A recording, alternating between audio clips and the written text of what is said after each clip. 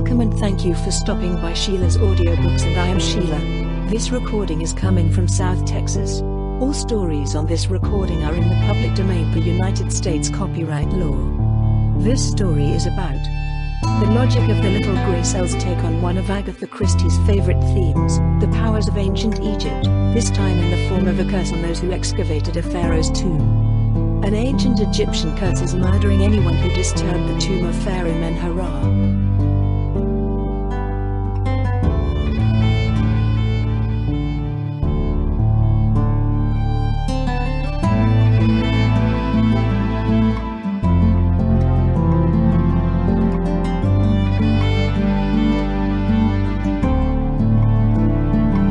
The Adventure of the Egyptian Tomb.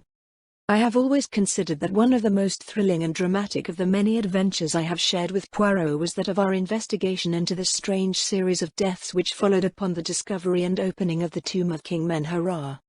Hard upon the discovery of the tomb of Tutankhamun by Lord Carnarvon, Sir John Willard and Mr. Bleibner of New York, pursuing their excavations not far from Cairo, in the vicinity of the pyramids of Giza, came unexpectedly on a series of funeral chambers. The greatest interest was aroused by their discovery. The tomb appeared to be that of King Men-Hara, one of those shadowy kings of the 8th dynasty, when the Old Kingdom was falling to decay. Little was known about this period, and the discoveries were fully reported in the newspapers. An event soon occurred which took a profound hold on the public mind. Sir John Willard died quite suddenly of heart failure. The more sensational newspapers immediately took the opportunity of reviving all the old superstitious stories connected with the ill luck of certain Egyptian treasures. The unlucky mummy at the British Museum, that hoary old chestnut, was dragged out with fresh zest, was quietly denied by the museum, but nevertheless enjoyed all its usual vogue. A fortnight later Mr. Bleibner died of acute blood poisoning, and a few days afterwards a nephew of his shot himself in New York. The curse of Men-Hara was the talk of the day, and the magic power of dead and gone Egypt was exalted to a fetish point. It was then that Poirot received a brief note from Lady Willard, widow of the dead archaeologist, asking him to go and see her at her house in Kensington Square. I accompanied him. Lady Willard was a tall, thin woman, dressed in deep mourning. Her haggard face bore eloquent testimony to her recent grief. "It is kind of you to have come so promptly, Monsieur Poirot." "I am at your service, Lady Willard. You wish to consult me?"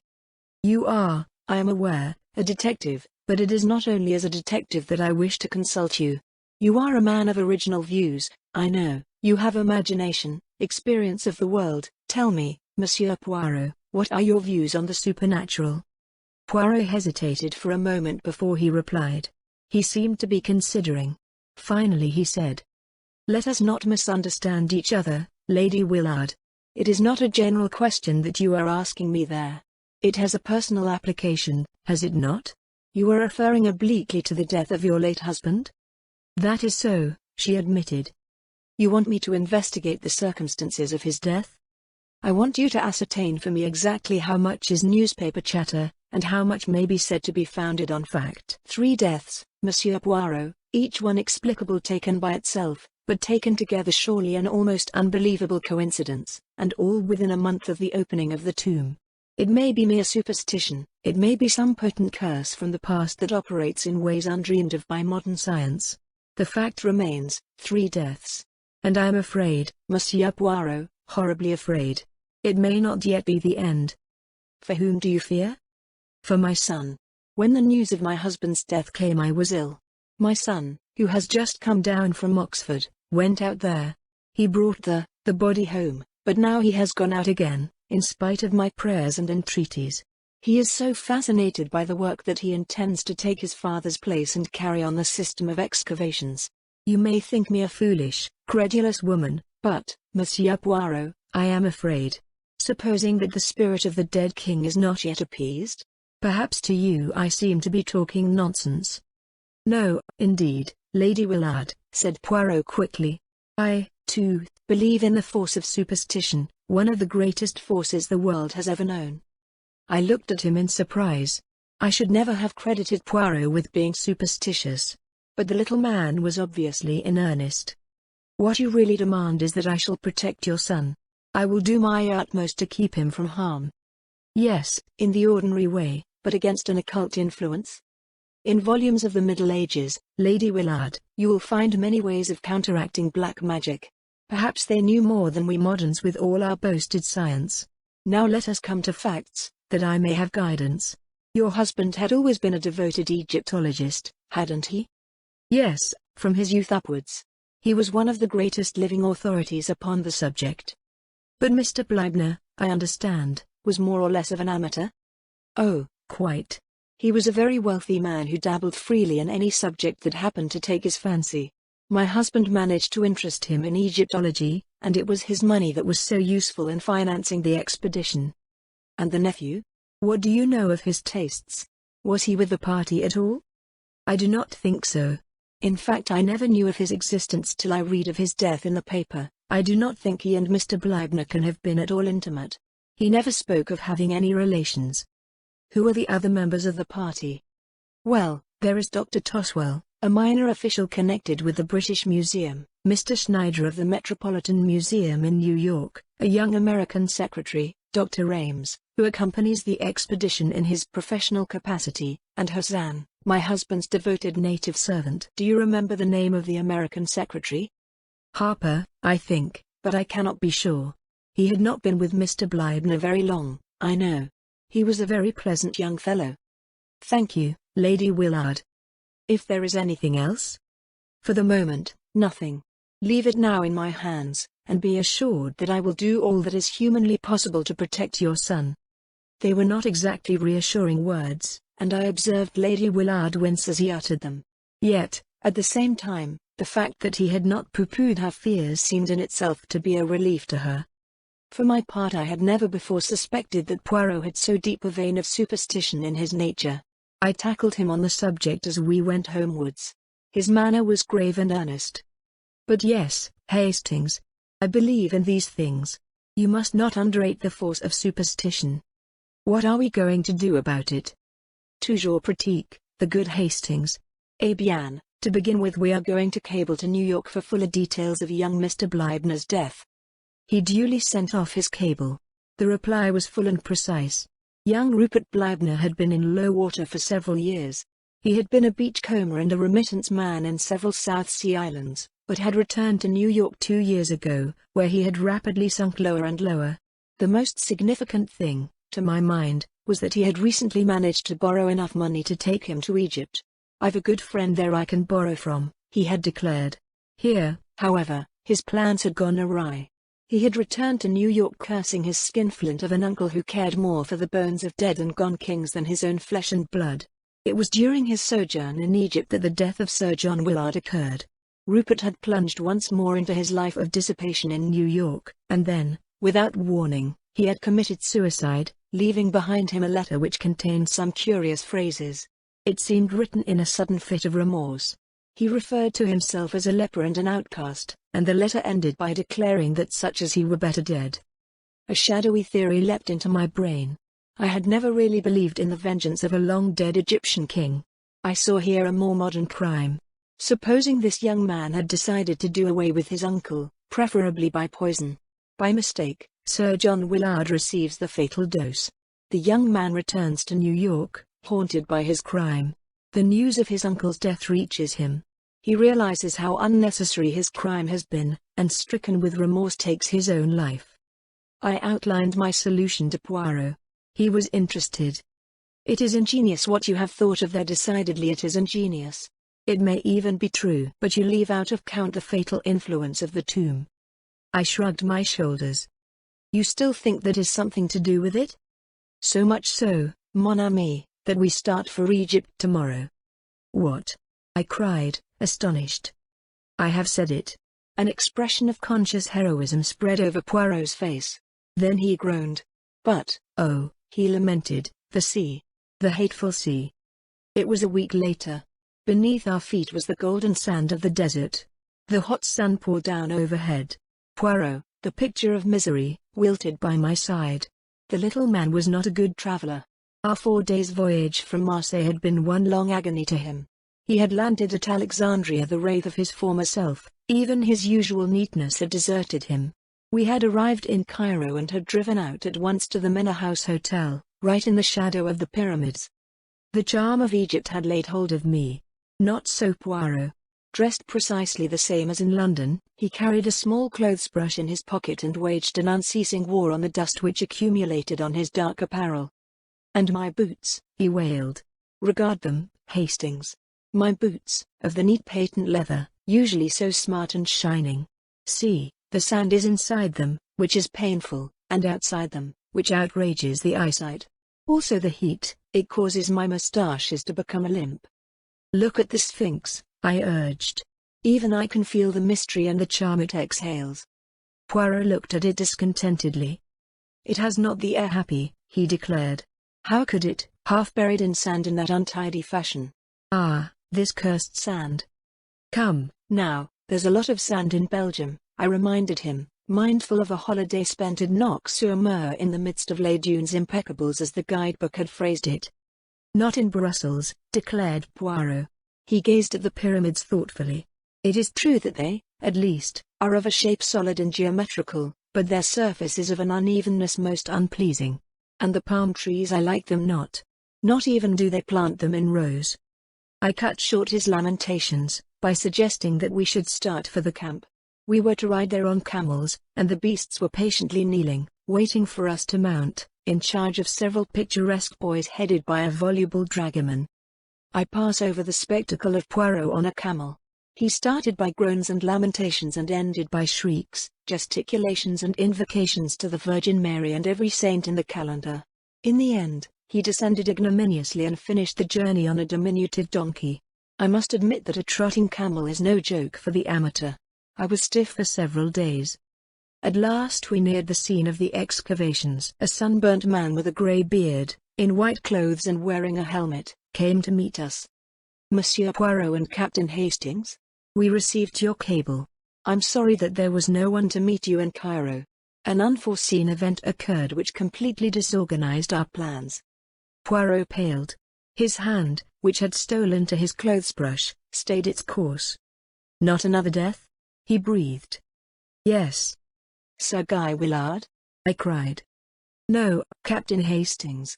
My American colleague, Mr. Schneider." "And the cause?" demanded Poirot. "Tetanus." I blanched. All around me I seemed to feel an atmosphere of evil, subtle and menacing. A horrible thought flashed across me. Supposing I were the next? "Mon Dieu," said Poirot, in a very low voice, "I do not understand this. It is horrible. Tell me, monsieur, there is no doubt that it was tetanus." "I believe not. But Dr. Ames will tell you more than I can do." "Ah, of course, you are not the doctor." "My name is Toswell." This, then, was the British expert described by Lady Willard as being a minor official at the British Museum. There was something at once grave and steadfast about him that took my fancy. "If you will come with me," continued Dr. Toswell, "I will take you to Sir Guy Willard. He was most anxious to be informed as soon as you should arrive." We were taken across the camp to a large tent. Dr. Toswell lifted up the flap and we entered. 3 men were sitting inside.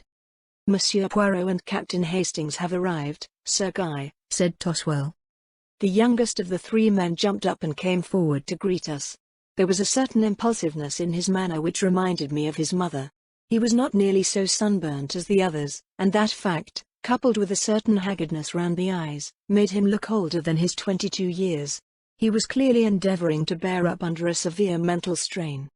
He introduced his 2 companions, Dr. Ames, a capable-looking man of 30-odd, with a touch of greying hair at the temples, and Mr. Harper, the secretary, a pleasant lean young man wearing the national insignia of horn-rimmed spectacles. After a few minutes' desultory conversation the latter went out, and Dr. Toswell followed him. We were left alone with Sir Guy and Dr. Ames. "Please ask any questions you want to ask, Monsieur Poirot," said Willard. "We are utterly dumbfounded at this strange series of disasters, but it can't be, anything but coincidence." There was a nervousness about his manner which rather belied the words. I saw that Poirot was studying him keenly. "Your heart is really in this work, Sir Guy?" "Rather. No matter what happens, or what comes of it, the work is going on. Make up your mind to that." Poirot wheeled round on the other. "What have you to say to that, Monsieur le Docteur?" "Well, drawled the doctor. "I'm not for quitting myself." Poirot made one of those expressive grimaces of his. "Then, évidemment, we must find out just how we stand. When did Mr. Schneider's death take place?" 3 days ago. "You are sure it was tetanus?" "Dead sure. It couldn't have been a case of strychnine poisoning, for instance?" "No, Monsieur Poirot. I see what you're getting at. But it was a clear case of tetanus." "Did you not inject antiserum?" "Certainly we did," said the doctor dryly. "Every conceivable thing that could be done was tried." "Had you the antiserum with you?" "No. We procured it from Cairo." "Have there been any other cases of tetanus in the camp?" "No, not one." "Are you certain that the death of Mr. Bleibner was not due to tetanus?" "Absolutely plumb certain. He had a scratch upon his thumb which became poisoned, and septicemia set in. It sounds pretty much the same to a layman, I dare say, but the two things are entirely different." "Then we have 4 deaths, all totally dissimilar, 1 heart failure, 1 blood poisoning, 1 suicide and 1 tetanus." "Exactly, Monsieur Poirot." "Are you certain that there is nothing which might link the 4 together?" "I don't quite understand you." "I will put it plainly. Was any act committed by those 4 men which might seem to denote disrespect to the spirit of Menhara?" The doctor gazed at Poirot in astonishment. "You're talking through your hat, Monsieur Poirot. Surely you've not been guided into believing all that fool talk?" "Absolute nonsense," muttered Willard angrily. Poirot remained placidly immovable, blinking a little out of his green cat's eyes. "So you do not believe it, Monsieur le Docteur?" "No, sir, I do not," declared the doctor emphatically. "I am a scientific man, and I believe only what science teaches." "Was there no science then in ancient Egypt?" asked Poirot softly. He did not wait for a reply, and indeed Dr. Ames seemed rather at a loss for the moment. "No, no, do not answer me, but tell me this. What do the native workmen think?" "I guess," said Dr. Ames, "that, where white folk lose their heads, natives aren't going to be far behind. I'll admit that they're getting what you might call scared, but they've no cause to be." "I wonder," said Poirot noncommittally. Sir Guy leant forward. "Surely," he cried incredulously, "you cannot believe in, oh, but the thing's absurd. You can know nothing of ancient Egypt if you think that." For answer Poirot produced a little book from his pocket, an ancient tattered volume. As he held it out I saw its title, The Magic of the Egyptians and Chaldeans. Then, wheeling round, he strode out of the tent. The doctor stared at me. What is his little idea? The phrase, so familiar on Poirot's lips, made me smile as it came from another. "I don't know exactly," I confessed. "He's got some plan of exorcising the evil spirits, I believe." I went in search of Poirot, and found him talking to the lean-faced young man who had been the late Mr. Bleibner's secretary. "No," Mr. Harper was saying, "I've only been 6 months with the expedition. Yes, I knew Mr. Bleibner's affairs pretty well." "Can you recount to me anything concerning his nephew?" "He turned up here one day, not a bad-looking fellow. I'd never met him before, but some of the others had, Ames, I think, and Schneider. The old man wasn't at all pleased to see him. They were at it in no time, hammer and tongs. 'Not a cent,' the old man shouted. 'Not 1 cent now or when I'm dead. I intend to leave my money to the furtherance of my life's work. I've been talking it over with Mr. Schneider today. And a bit more of the same.' Young Bleibner lit out for Cairo right away." "Was he in perfectly good health at the time?" "The old man?" "No, the young one. I believe he did mention there was something wrong with him. But it couldn't have been anything serious, or I should have remembered. One thing more, has Mr. Bleibner left a will?" "So far as we know, he has not." "Are you remaining with the expedition, Mr. Harper?" "No, sir, I am not. I'm for New York as soon as I can square up things here. You may laugh if you like, but I'm not going to be this blasted old Menhara's next victim. He'll get me if I stop here." The young man wiped the perspiration from his brow. Poirot turned away. Over his shoulder he said with a peculiar smile, "Remember, he got one of his victims in New York." "Oh, hell," said Mr. Harper forcibly. "That young man is nervous," said Poirot thoughtfully. "He is on the edge, but absolutely on the edge." I glanced at Poirot curiously, but his enigmatical smile told me nothing. In company with Sir Guy Willard and Dr. Toswell we were taken round the excavations. The principal finds had been removed to Cairo, but some of the tomb furniture was extremely interesting. The enthusiasm of the young baronet was obvious, but I fancied that I detected a shade of nervousness in his manner, as though he could not quite escape from the feeling of menace in the air. As we entered the tent which had been assigned to us, for a wash before joining the evening meal, a tall dark figure in white robes stood aside to let us pass with a graceful gesture and a murmured greeting in Arabic. Poirot stopped. "You are Hassan, the late Sir John Willard's servant?" "I served my lord Sir John, now I serve his son." He took a step nearer to us and lowered his voice. "You are a wise one, they say, learned in dealing with evil spirits. Let the young master depart from here. There is evil in the air around us." And with an abrupt gesture, not waiting for a reply, he strode away. "Evil in the air," muttered Poirot. "Yes, I feel it." Our meal was hardly a cheerful one. The floor was left to Dr. Toswell, who discoursed at length upon Egyptian antiquities. Just as we were preparing to retire to rest, Sir Guy caught Poirot by the arm and pointed. A shadowy figure was moving amidst the tents. It was no human one. I recognized distinctly the dog-headed figure I had seen carved on the walls of the tomb. As though in answer to prayer, the flap of the tent was lifted and Hassan appeared, bearing a steaming cup which he offered to Poirot. It proved to be chamomile tea, a beverage of which he is inordinately fond. Having thanked Hassan and refused his offer of another cup for myself, we were left alone once more. I stood at the door of the tent some time after undressing, looking out over the desert. "A wonderful place," I said aloud, "and a wonderful work. I can feel the fascination. This desert life, this probing into the heart of a vanished civilization. Surely, Poirot, you, too, must feel the charm?" I got no answer, and I turned, a little annoyed. My annoyance was quickly changed to concern. Poirot was lying back across the rude couch, his face horribly convulsed. Beside him was the empty cup. I rushed to his side, then dashed out and across the camp to Dr. Ames's tent.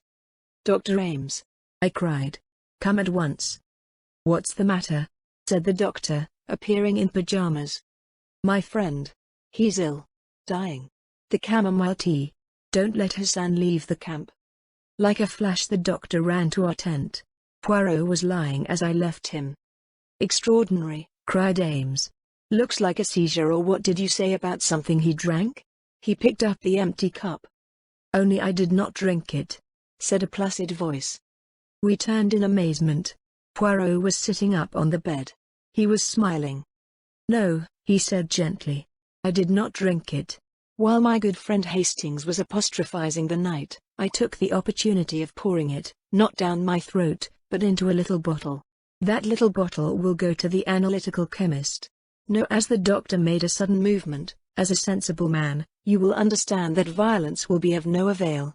During Hastings' brief absence to fetch you, I have had time to put the bottle in safekeeping. Ah, quick, Hastings, hold him." I misunderstood Poirot's anxiety. Eager to save my friend, I flung myself in front of him.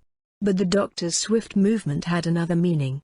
His hand went to his mouth, a smell of bitter almonds filled the air, and he swayed forward and fell. "Another victim," said Poirot gravely, "but the last. Perhaps it is the best way. He has 3 deaths on his head." "Dr. Ames?"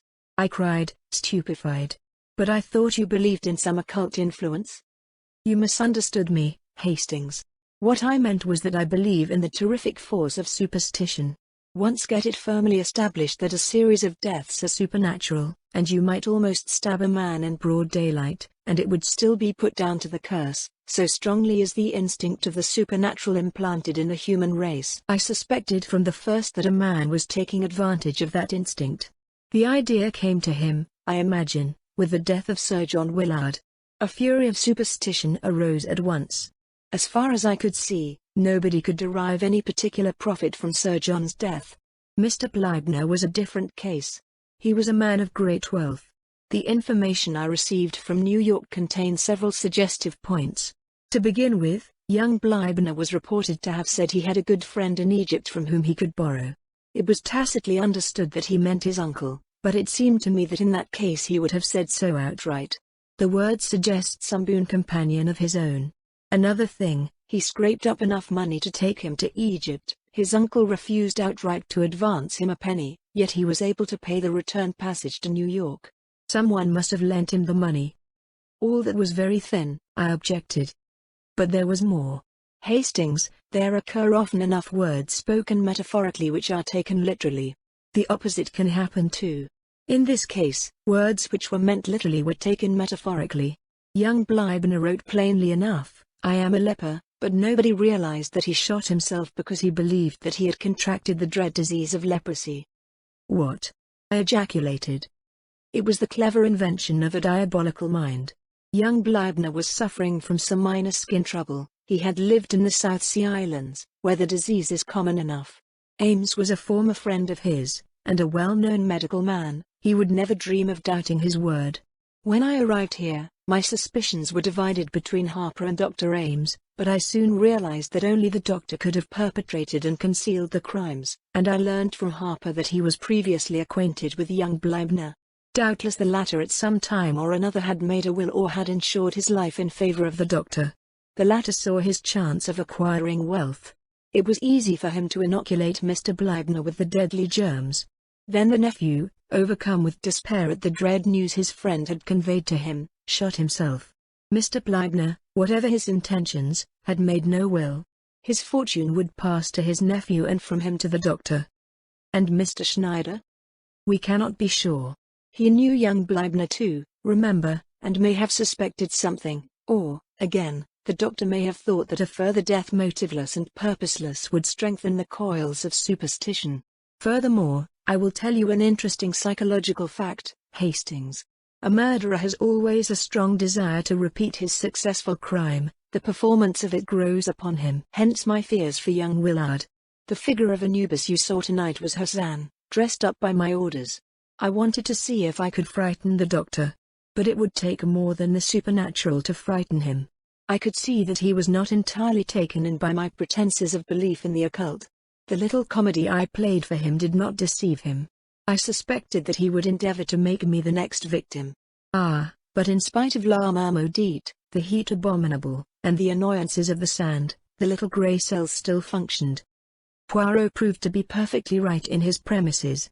Young Bleibner, some years ago, in a fit of drunken merriment, had made a jocular will, leaving my cigarette case you admire so much and everything else of which I die possessed, which will be principally debts to my good friend Robert Ames, who once saved my life from drowning. The case was hushed up as far as possible, and, to this day, people talk of the remarkable series of deaths in connection with the tomb of Menhera as a triumphal proof of the vengeance of a bygone king upon the desecrators of his tomb, a belief which, as Poirot pointed out to me, is contrary to all Egyptian belief and thought.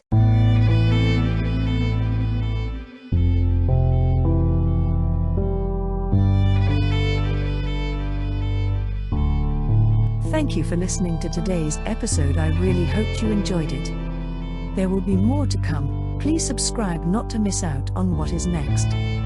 I will be looking forward to your return. The music is by Madfan from Pixabay. To support this and other artists, go to pixabay.com. Sheila.